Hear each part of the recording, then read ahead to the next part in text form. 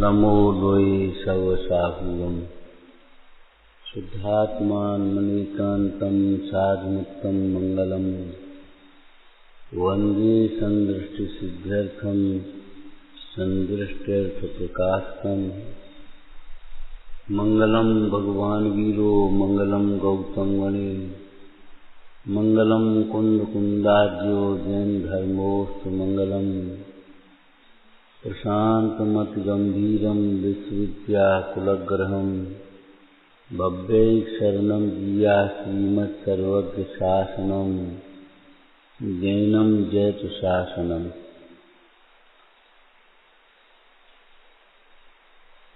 मंगलमय मंगल करना ईतराग विज्ञान नमो तायाते भये अरहंतादि महान येनात्मा बुद्धतात्मैव परत्वेनैव चापरम अक्षयानंत बोधाय तस्मै सिद्धात्मने नमः। ओम।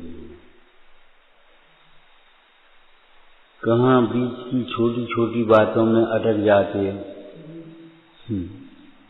सिद्ध दशा अपना साध्य है। सिद्ध स्वभावी आत्मा अपना ध्येय है। सिद्ध स्वभावी आत्मा या कारण परमात्मा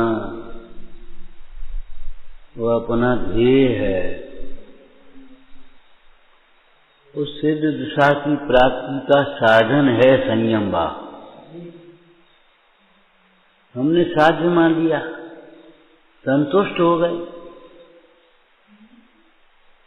आचार्य पूजपा स्वामी कहते हैं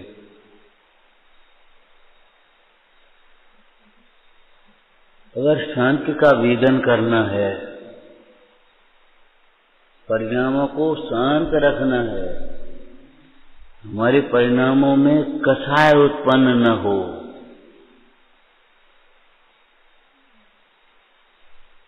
ज्ञानानंद सावकाचार्य में समाधि मन में लिखा समाधि नाम शांत परिणामों का है, निकसाय परिणामों का, माने परिणामों में कसाय उत्पन्न न हो।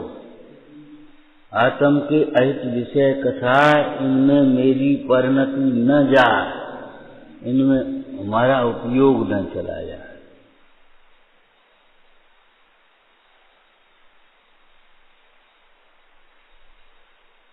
उग्रता न आए हमें किसी प्रसंग में।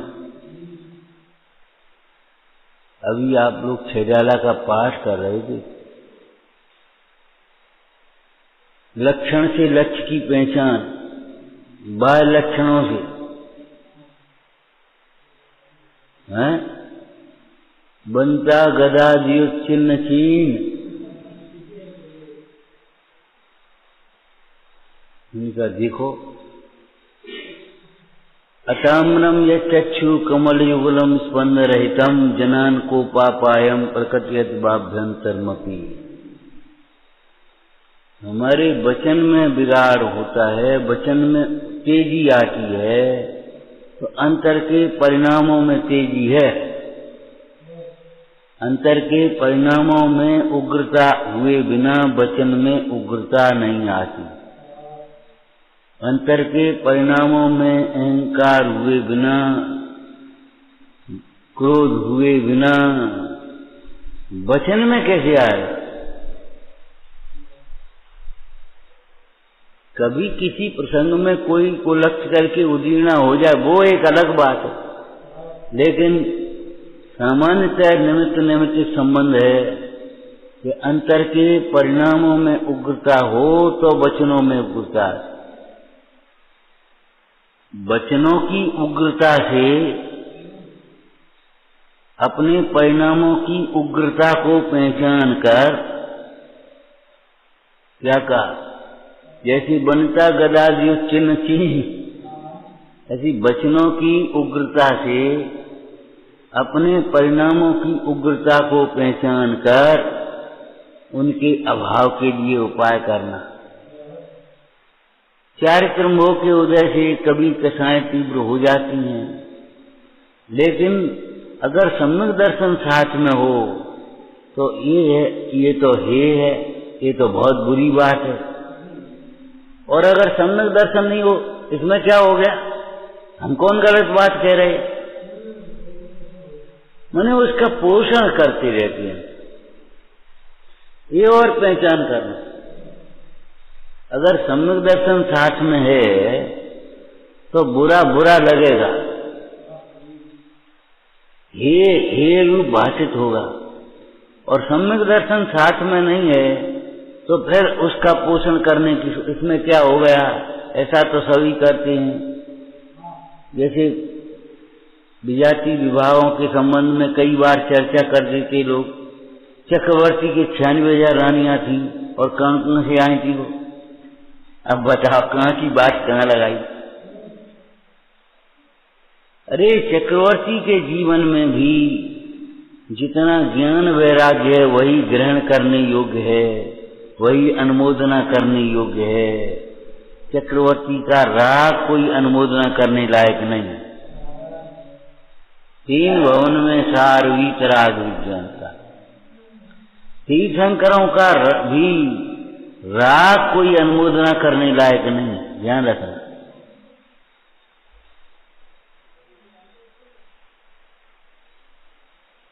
धर्म के 10 लक्षण कहे, उस पर से एक चर्चा हमने की थी कि धर्मात्मा का चिन्ह क्या है? तुरंत क्षमा मांग लेता है। तो क्षमा कैसे मांग लेगा? क्षमा मांग लेने का मतलब ये है तुरंत अपनी गलती स्वीकार कर लेता है। क्षमा मांगने का मतलब क्या है? क्षमा कब मांग पाएगा?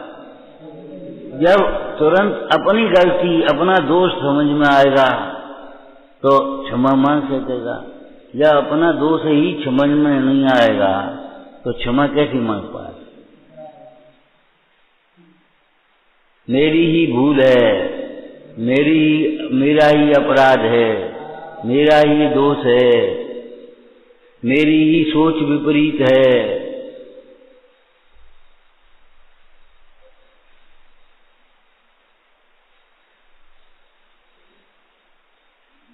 छोटी और बड़ी बातें नहीं भैया, मिथ्यात्व सम्यक की बात बहुत मुख्य रखना। परिग्रह की अनुमोदना भी नहीं करना, पाप की अनुमोदना भी नहीं करना, विषयों की अनुमोदना भी नहीं करना।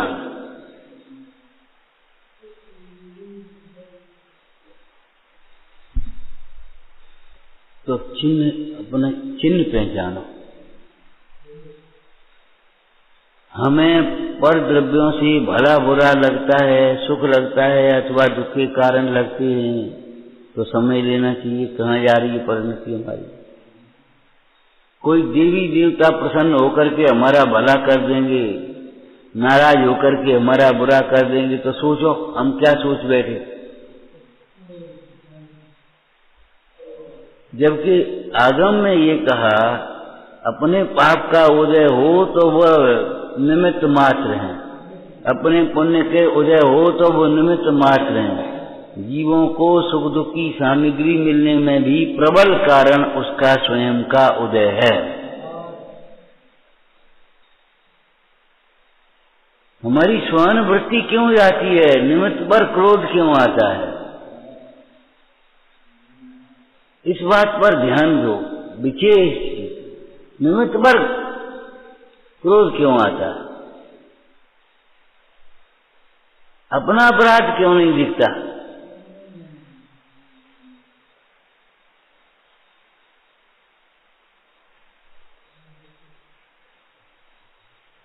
दुख को दूर करने के ये सब बाह्य साधन क्यों दिखाई देती है? अंतरंग साधन पर उपयोग क्यों नहीं आता?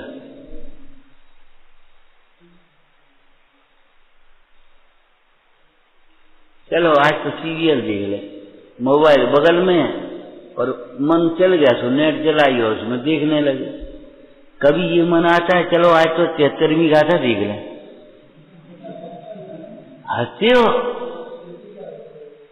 हम उससे ये विचार करो, कभी ये मन आता है, कभी लेटे लेटे उठे और गाथा देखने लगे, कभी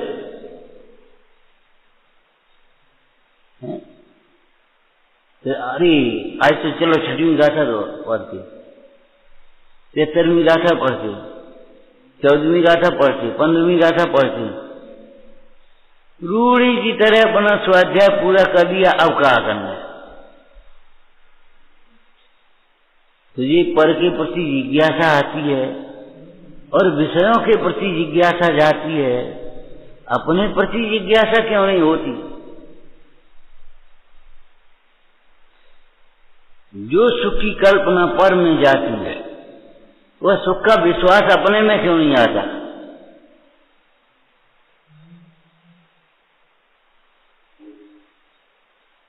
जीवों को की ओर देखें, विषयों की ओर देखें तो तृष्णा बढ़ती है, आकुलता होती है, और ज्ञान की ओर देखें तो तृप्ति होती है।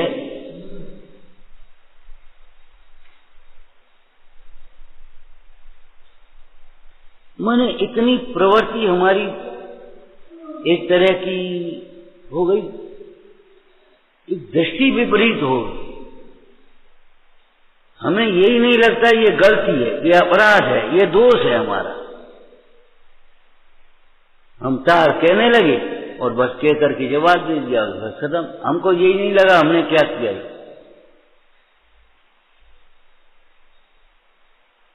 ध्यान रखना, कभी वाणी में उग्रता ना आ जाए, वाणी में उग्रता ना आ जाए, तेजी ना आ जाए।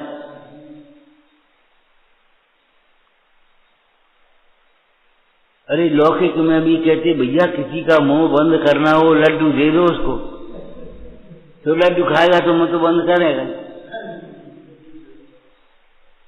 अच्छी वाणी बोलो। सावकाचार्य जी में लिखा है, अरे अच्छे वचनों से जगत भरा है, काहे तुम्हें जेई मिली।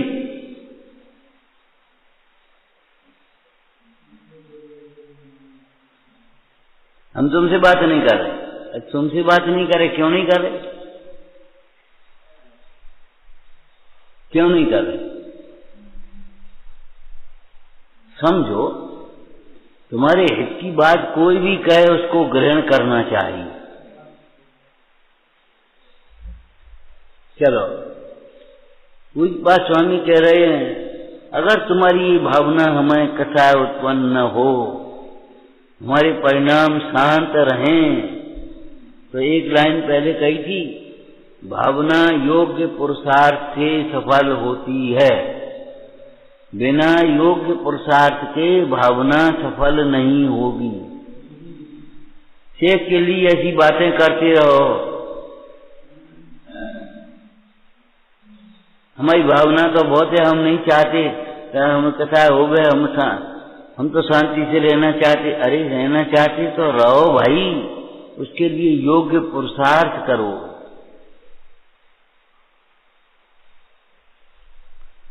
आचार्य भगवान पूज्यपाद स्वामी कह रहे हैं, और तुम ऐसा विचार करना, क्या हमारे परिणाम शांत रहें, हमारे अंतर में कथाएं उत्पन्न न हो, तो ये विचार करना। क्या विचार करना? बड़ी सुंदर श्लोक है, न तदस्तीन्द्रियार्थ अर्थेषु यच्छेमं कर्मात्मन। विषयों में ऐसा कुछ भी नहीं है जो आत्मा के लिए हितकर हो। कितनी सुंदर बात है। कोई भी विषय ऐसा नहीं है जो आत्मा के लिए हितकर है।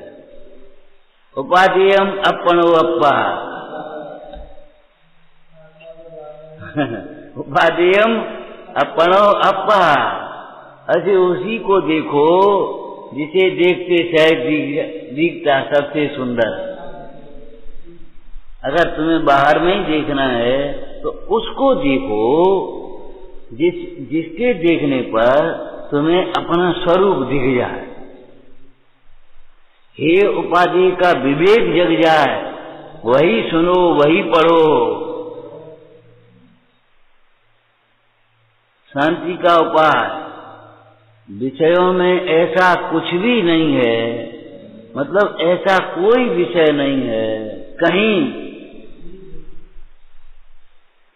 जो आत्मा के लिए क्षेमंकर, क्षेम का कारण हो, सुख का कारण हो। विचार करो। इसीलिए तो मुंदाज कह रहे, जब तक हम अपने आत्म स्वरूप को नहीं ध्याते तब तक हम जैसों का जो विषय है उसे हम प्राप्त नहीं करते।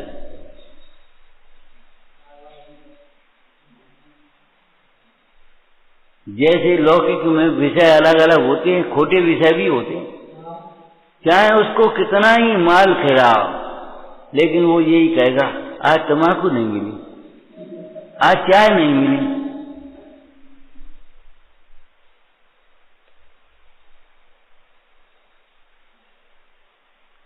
जीवन थोड़ा है, बुद्धि थोड़ी है, शक्ति थोड़ी है, पहले प्रयोजनभूत तत्वों का निर्णय कर लेना चाहिए।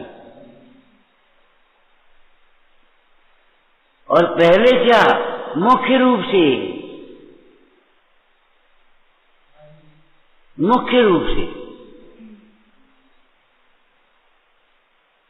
आत्म स्वरूप का, वेद ज्ञान का चिंतन करना चाहिए। वेद ज्ञान ही ज्ञान है, ये समझो।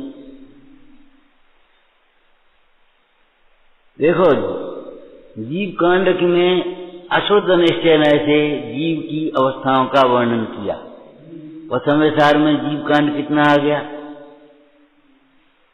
कितने में जीव कांड का वर्णन हो गया। वर्णादि गुणस्थान भाव, वर्णादिक से लेकर के गुणस्थान पर्यंत भाव जीव के नहीं है, ले हो गया जीव कांड।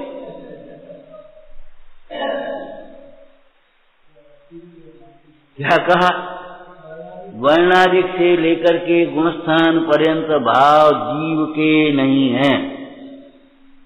अब अगर पात्रता हो तो प्रश्न उठाना सीखो, तो जीव का भाव कौन सा है? सो निज भाव सदा सुखद अपनो करे प्रकाश। ज्ञान भाव जीव का भाव है। अरे ज्ञान भाव कौन सा ज्ञान? जो ज्ञान अपने को जानते हुए आनंदित रहे, वह ज्ञान। ये परलक्षी ज्ञान भी नहीं। बताओ, अद्वैत शैली का क्या सुंदर स्वरूप है। पूरे गोमसार में ये भाव जीव के, ये भाव जीव के, इतनी मार्गना, इतना गुणस्थान। और यहाँ क्या कहा समझदार जी, वर्णादि गुणस्थान पर्यंत भाव जीव के नहीं है। जीव के कितनी मार्गना होती हैं कि जीव के 14 मार्गना होती हैं। एक तो ये कथन आ गया आगम का है, और एक 14 मार्गना जीव की होती हैं, परंतु जीव की नहीं होती, जीव में नहीं होती, जीव का स्वभाव नहीं है। सबे शुद्धा शुद्ध नया।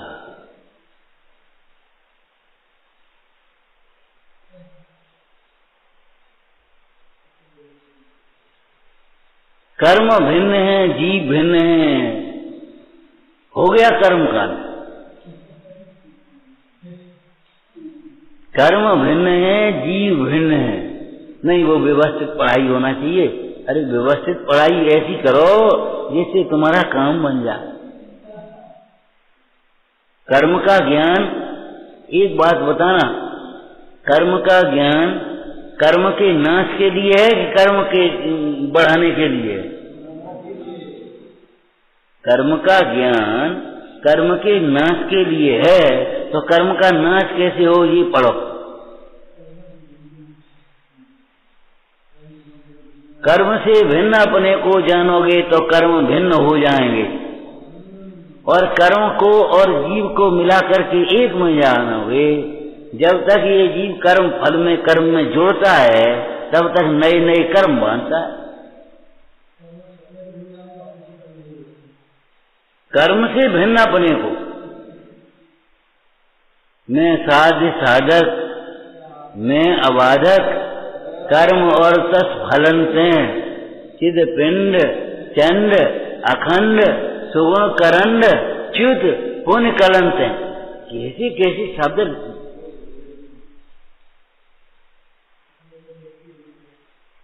कोई कठिन बनाने के लिए ये शब्द नहीं लिखे। ने साध साधक ने अबाधक कर्म और तस् फलन्ते। कर्म और कर्म के फल हमको बाधक नहीं कर रहे। देखो, आत्मा के साथ एक एक प्रदेश पर कितनी कितनी कर्म वर्गनाएं लगी हैं, लेकिन वे कर्म कर्म से भिन्न आत्मा का अनुभव करने के लिए बाधक हैं नहीं है। तुम्हारा मोह तुम्हारे लिए बाधक हो रहा है।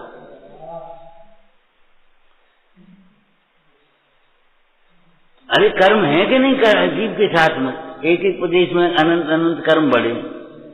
अब क्या करोगे? लेकिन फिर भी कर्म का कोई प्रदेश जीव रूप, कोई भी परमाणु जीव रूप नहीं होता। जीव का कोई प्रदेश कर्म रूप नहीं होता।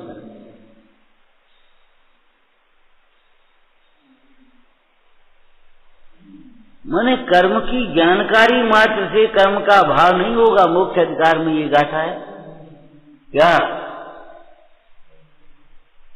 कर्म की जानकारी मात्र से, बंध की जानकारी मात्र से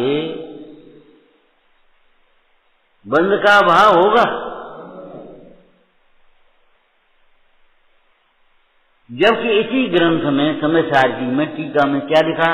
ज्ञान मात्र से बंध का निरोध होता है।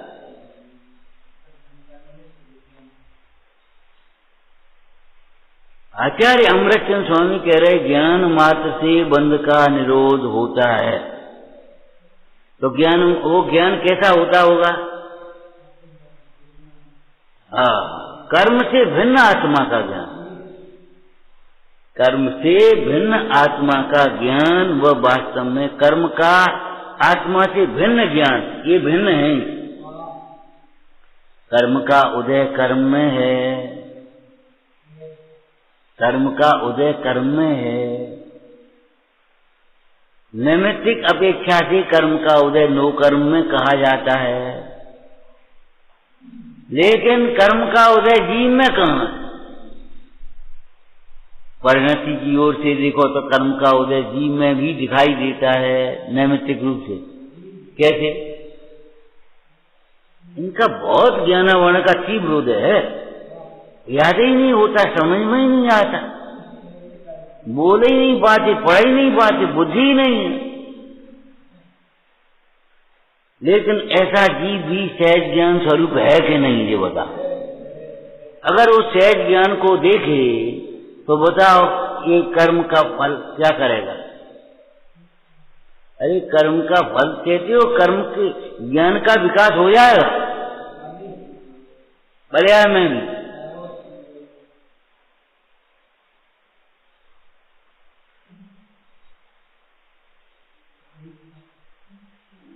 और क्षयोत्तम ज्ञान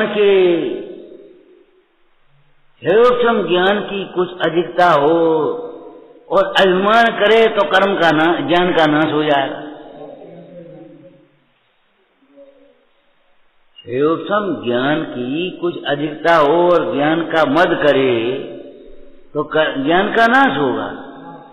और सहज ज्ञान पर दृष्टि हो, उस क्षयोत्तम ज्ञान की बहुत न्यूनता भी हो, वह समझी पंचेंद्रिय हो, तो अपना हित समझ करके लग जाएगा।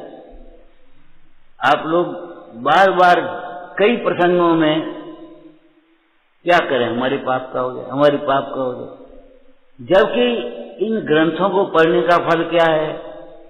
कर्म का उदय, पाप का उदय पाप त्यागने के लिए है। पाप का उदय जानते हुए भी पाप का त्याग न करे तो बताओ क्या होगा? पाप का उदय है तो भेद ज्ञान करने के लिए है, कर्म पाप त्यागने के लिए है, कि पाप का उदय है तो पाप करने के लिए है। क्या करें, हमारा उदय ये सांख्य मत हो गया आकर के। अमुक कर्म का उदय है तो अमुक होता है, अमुक कर्म का उदय अमुक कराता है, अमुक। मैं तो कुछ करता नहीं, मैं तो सदाकाल शुद्ध स्वरूप हूं।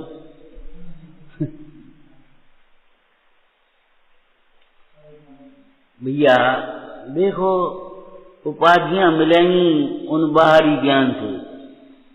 आपने गुमरसार पढ़ लिया, दोनों अधिकार पढ़ लिए और परीक्षा दे दिया, नम सर्टिफिकेट मिल गया। लेकिन कर्म के भेद ज्ञान अगर नहीं आया तो मतलब क्या निकलेगा? इन परिणामों से कर्म का बंध होगा, ऐसा सावधान हो जाओ।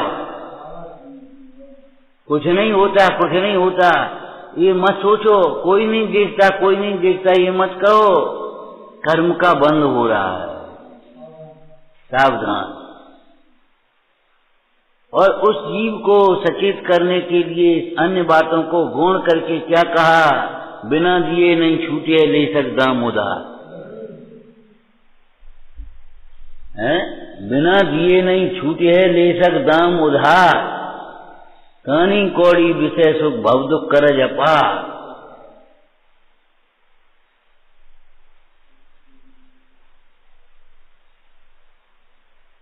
बढ़िया तो भेद ज्ञान है, थोड़ा हो तो भी कोई बात नहीं। क्यों भाई? भोजन बढ़िया कौन सा है? जो हमारे संयम का निमित्त हो, सात्विक हो, अहिंसा उससे उत्पन्न हुआ हो। ये आधा रोटी ये तो घर ही खाते, तो घर ही खाते तो क्या खाने आए हो? होटल पे खाने काहे को जा रहे? ये कोई बात रही? विचार करो, भोजन बढ़िया कौन सा? जो हमारे संयम का निमित्त हो। ऐसी वाणी बढ़िया कौन सी? जो संयम का निमित्त हो। विचार बढ़िया कौन से? जो संयम के निमित्त हो। वचन एक शक्ति है, और इसकी महिमा कहते हुए व्यवहार नए से क्या कहा? जिसने वचन बिगाड़ा उसने सारा जीवन ही बिगाड़ दिया, अपना धर्म ही बिगाड़ दिया। या तो मौन रहना सीखो और बोले बिना न रहा जाए तो वैराग्य बढ़ाने वाले वचन बोलो, वेद ज्ञान के कारण रूप वचन बोलो। शुभचंद्र आचार्य का श्लोक याद रखो, ज्ञानार्णव का, प्रबोधाय विवेकाय हिताय प्रशमाय च सम्यक तत्वोपदेशाय सताम सूक्ति प्रवर्तते। सताम सूक्ति प्रवर्ति का अर्थ क्या हुआ हिंदी में? सज्जनों के वचन कब प्रवर्तते हैं, वे कब बोलते हैं, मतलब ये है जब प्रबोधा है। क्या बोलते हैं? प्रबोधाय, तू तो भगवान आत्मा है, देव भिन्न है। ये महापाप है। क्या कर रहा है? महापाप है। टोटमल जी ने वक्ता के स्वरूप में एक और भी बात लिखी, उदाहरण देकर के। जैसे सर्प है, मणि संयुक्त है, लेकिन फिर भी जहर भी है उसमें कि नहीं? मणि के लोभ से उस सर्प के पास मत जाना। मणि के लोभ से भी उस सर्प के पास मत जाना। ऐसे ही वक्ता अनेक गुणों से संयुक्त हो तो भी उत्सूत्र भाषी हो तो भी त्यागने योग्य है। उत्सूत्र भाषी माने क्या? एक नए का कथन उत्सूत्र भाषण नहीं कहा जाएगा, जबकि दूसरे नए का ज्ञान साथ में बरतता हो, दूसरी अपेक्षा साथ में हो। लेकिन उत्सूत्र भाषी का मतलब क्या है बोलो? रागादि को विषयादि को पोषण करने वाले वचन। विषयागत पोषक अप्रशस्त, एकांतवाद दूषित समस्त, विषयादिक पोषक अप्रशस्त, रागी कुमर्तन कृत सुत अभ्यास, सो है कुबोध बहुत इंसार। पूज्यपाद स्वामी को पढ़ो। पूज्यपाद स्वामी क्या कह रहे हैं? हे भव्य, ऐसा कुछ भी नहीं है बाहर में जो आत्मा के लिए हितकर है।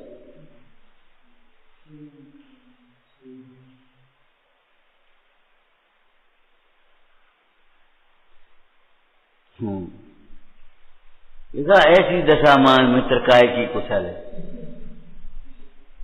ऐसा कुछ भी नहीं है। क्या देखना चाहता है, क्या सुनना चाहता है? क्या करना चाहता है बताओ? ऐसा कुछ भी नहीं है इन पंच इंद्रिय के विषयों में। स्पर्श, रस, गंध, वर्ण, शब्द, ये 5 विषय कहे आते, और 5 तो जाति अपेक्षा है, संख्या अपेक्षा बहुत हो गए नहीं। स्पर्श माने कितने प्रकार के स्पर्श। कोई कठोर स्पर्श में अभिमान करे बैठा है, हम तो भैया ये गद्दे फटे अपन नहीं करते, नहीं करते।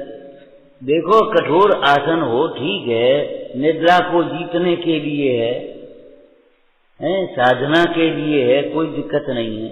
लेकिन कठोर आसन का अभिमान करे तो कठोर परिणाम और हो गए।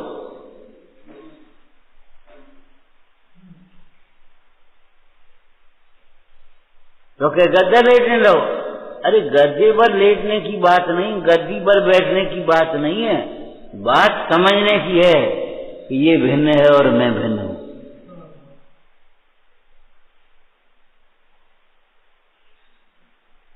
चाहे वो कठोर आसन हो, चाहे कोमल सैया हो, विचार करो, ये आत्मा के लिए एक भी हितकर नहीं है।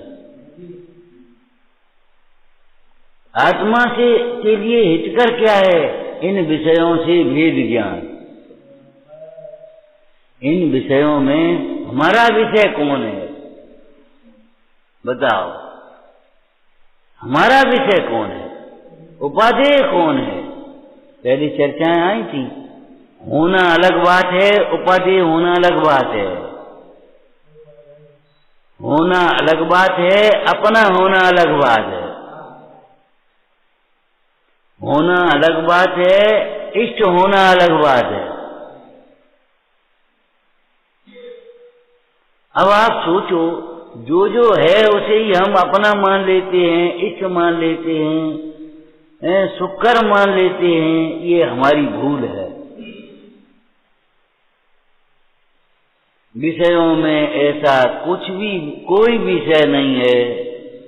और नहीं है का मतलब त्रिकालवर्ती, न कोई विषय हुआ, न कोई विषय है, और न कोई विषय होगा जो आत्मा के लिए हितकर हो। आत्मा से चित होकर के अगर विषय के सन्मुख देखने भी जाएगा, ज्ञानने भी जाएगा वहां, तो लुटेगा, दुखी होगा।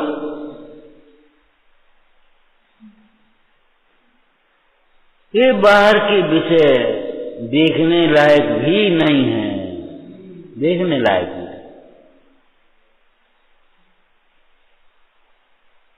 पीछे क्या पढ़ चुके? क्व विश्वास हो, क्व रम्य हो। इनका क्या विश्वास करें और क्या इनमें रम्यता है वर्तमान में भी। खे को खजान होता है, मूलक अरस कहे। कैसी कैसी शब्द लिखे। खे को खजान होता है, मूलक अरस कहे। दंपति को भोगता है, दुर्बुद्धि काम कहे। कुल को आचारता है, मूलक धर्म कहे। कैसे शब्द लिखे? मूल, दुर्बुद्धि,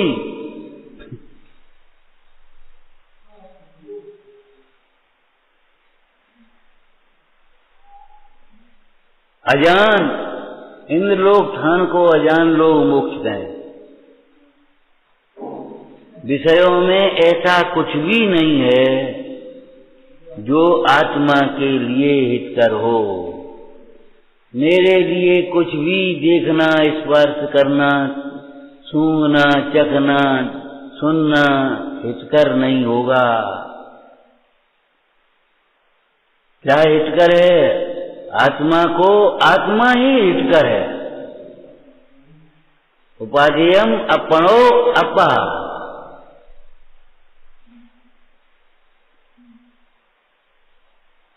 व्यवहार अलग है, व्यवहार उसका विस्तार है। आत्मा को आत्मा ही उपाधि है, तो फिर अब व्यवहार में जब चलेगा तो उपचार चालू हो जाएगा। माने आत्मा की प्राप्ति में जो निमित्त भूत है, ऐसे जिनवाणी, वितरागी, देव, निर्गंत, गुरु, ये सब हितकर कहने में आएंगे, इष्ट कहने में आएंगे। विषयों से छुड़ाने वाले धर्मात्मा इष्ट कहने में आएंगे। आत्म स्वरूप में लगाने वाले, हित के मार्ग में लगाने वाले हितकर कहने में आएंगे, और बाद बाकी अहितकर। प्रवचन सार जी ने कैसी सुंदर चर्चा की। जब विषय कथाएं भैया पाप हैं, तो विषय कथाएं में लीन जीव निस्तारक कैसे हो जाएंगे? हमारे निस्तार में निमित्त कैसे होगी?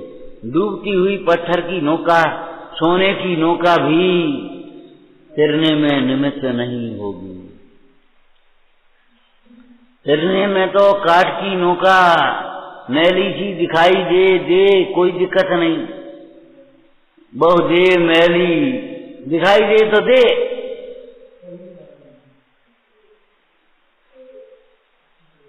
अच्छिद्र नौका वही तैरने में निमित्त होगी। जो स्वयं डूब रही है, ऐसी नौका किसको तैरने में निमित्त होगी? ये पक्का निर्णय करो। ये बार बार आचार्य देव कह रहे हैं, क्या इन विषयों में कुछ भी नहीं है। कौन से विषयों में? इंद्रिय के विषयों। शुरुआत कहां से की? इंद्रिय के भोग मधुर विषम। इंद्रिय के भोग अमृत नहीं है, मधुर विषम। बेरस हो विपाक समयत सेवत लागे नीके। इसको बारंबार भावना भाव, बार बार चिंतन करो। विषयों में ऐसा कुछ भी नहीं है जो हमारे लिए हितकर हो। तो हमारे लिए कौन हितकर है? हमारे लिए इन विषयों से छुड़ाने वाला ही हितकर हुआ।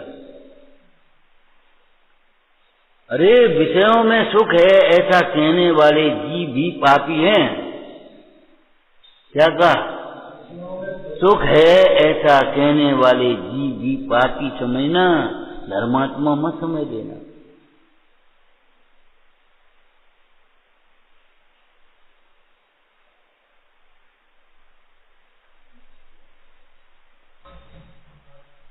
तथापि रमते बालस तत्रैवा ज्ञान भावना।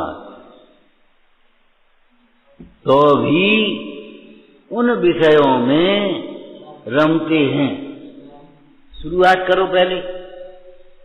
इन विषयों को चाहते हैं, इन विषयों को चाहते हैं, इन विषयों के न मिलने पर दुखी होते हैं, इन विषयों के मिलने पर मगन हो जाते हैं, इन विषयों के छूट जाने पर रोते हैं। ये सब विषयों में रमने वाले जीव हैं।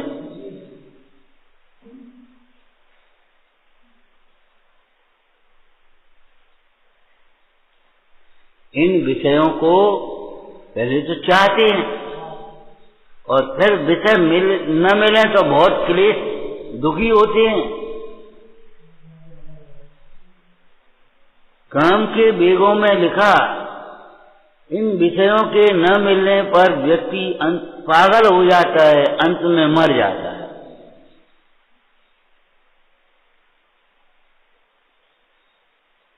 जो इन विषयों को चाहते हैं वे मरते हैं अंत में। एक सूत्र बताया था आपको, न्याय बताया था।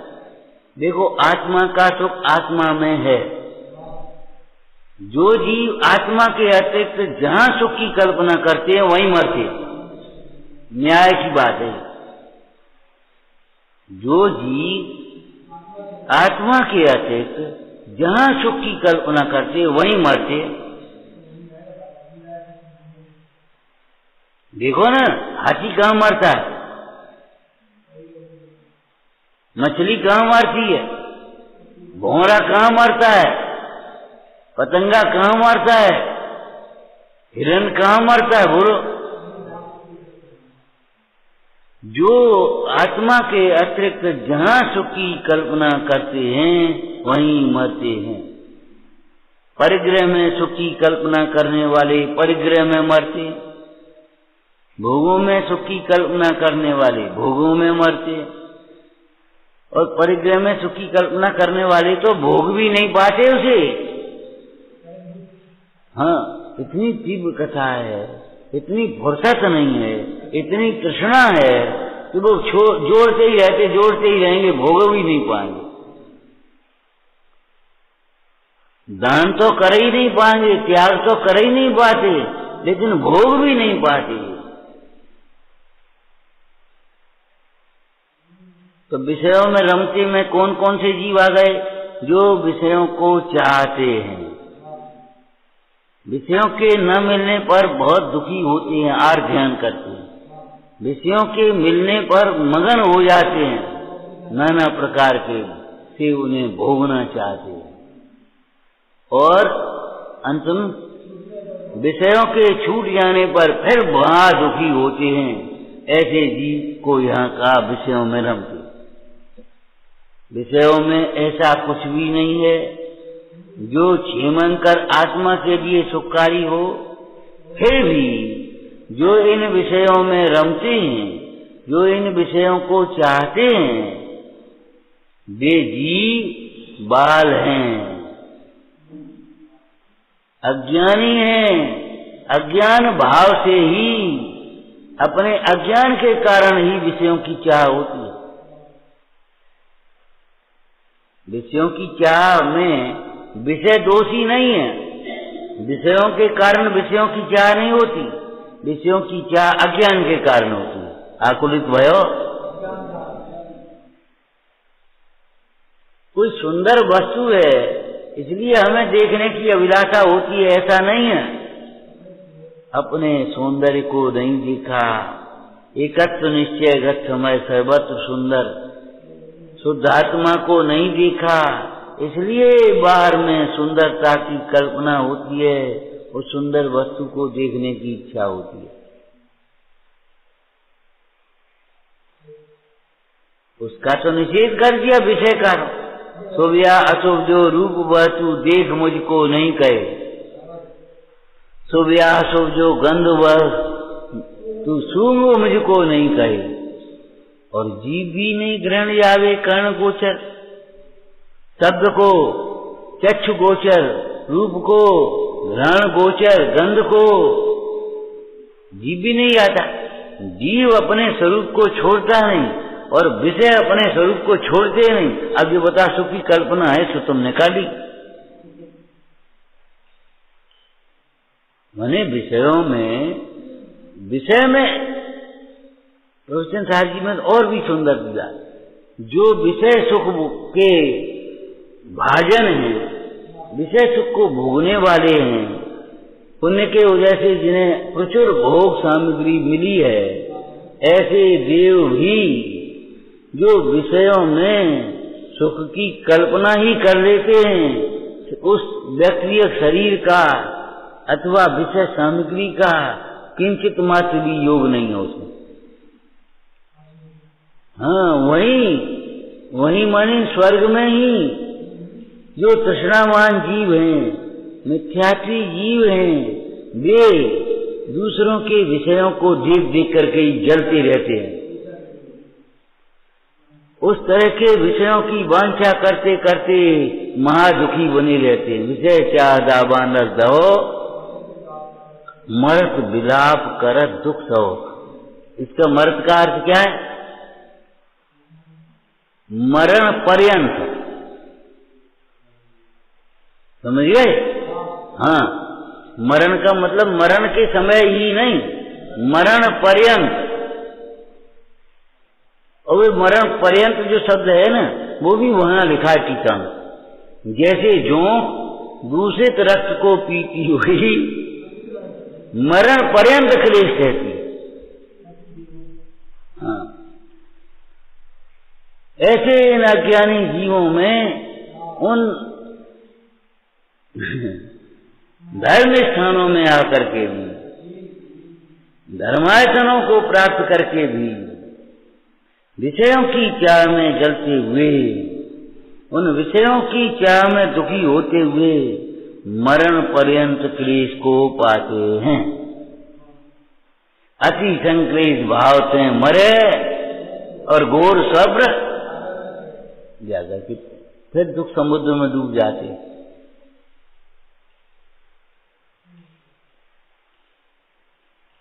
विषयों में ऐसा कुछ भी नहीं है जो आत्मा के लिए हितकर हो, सुखकर हो, क्षेमंकर हो, फिर भी जीव उनमें रमता है। ये अज्ञान भावना का फल है, अज्ञान भाव का। जीव अपने ही अज्ञान से उन विषयों में रमता, माने विषयों के जानने पर, विषयों के ज्ञान, वहां हर्ष विषाद करता रहता है, दुखी सुखी मानता रहता है। तो फिर क्षेमंकर कौन है?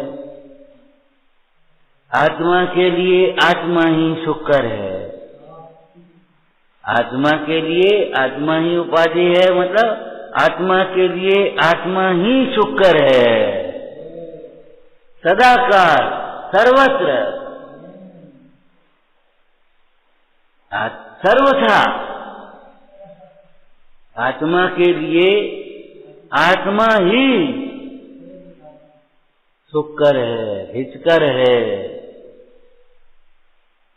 कहाँ कि सर्वत्र, कब कि सदाकाल, कितना कि सर्वथा, बिल्कुल एकांत, समय के एकांत है। आत्मा एकांत ते सुखरूप है। एकांत का अर्थ माने सर्वथा। तो महाराज अनेकांत कैसे बनेगा? जैन दर्शन तो अनेकांतवादी है कि आत्मा में सुख है पर में सुख नहीं है, ये अनेकांत हुआ। आत्मा सर्वथा सुखरूप ही है, दुखरूप नहीं है। जो दुखरूप है वह तो आश्रव है और वह आत्मा ही नहीं है। शुद्ध नहीं से देखो,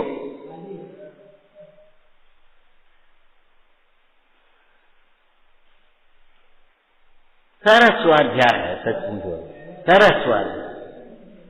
निज स्वरूप को परम रस जामे भरो पार, बनो परमानंदमय समय सार अविकार। पूज्यपा स्वामी ऐसा ही चिंतन करते करते अपने स्वरूप में मगन रहते और भव्य जीवों के सुख के लिए उन्होंने ऐसे ही लिखी। सहज का धंधा लिखा नहीं है, लिख गया है भव्यों के भाग्य। आज हम महाभाग्यशाली हैं जो हमें ये मिल गया है, महाभाग्यशाली। इसको बाहर के ऊंचे पद मिले, वैभव मिले, पद मिला, प्रतिष्ठा मिली, भोग मिले, वो भाग्यशाली नहीं है जिन्हें ये शुद्धात्म तत्व का स्वरूप सुनने को मिला, देखने को अंदर में कौतूहल जगा। भाग्यशाली वे हैं। शांति का उपाय ये है, समाधि का साधन, समाधि तंत्र ये है। अगर तुम्हें समाधि चाहिए तो अपनी ओर देखो, और उपाधि चाहिए तो विषयों की ओर देखते रहो, पर की ओर देखो। विचारना। ओम नमः सहजानंद शोध स्वरूपी अविनाशी में आत्मस्वरूप। सहजानंदी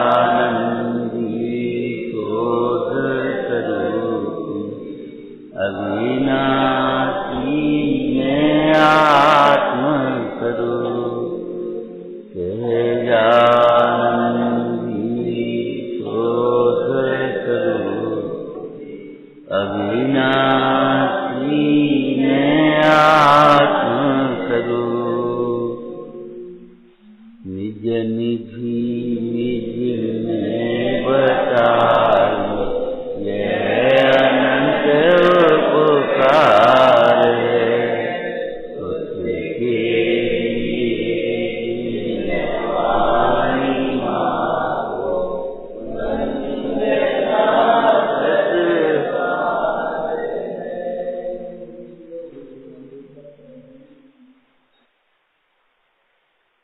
ओम।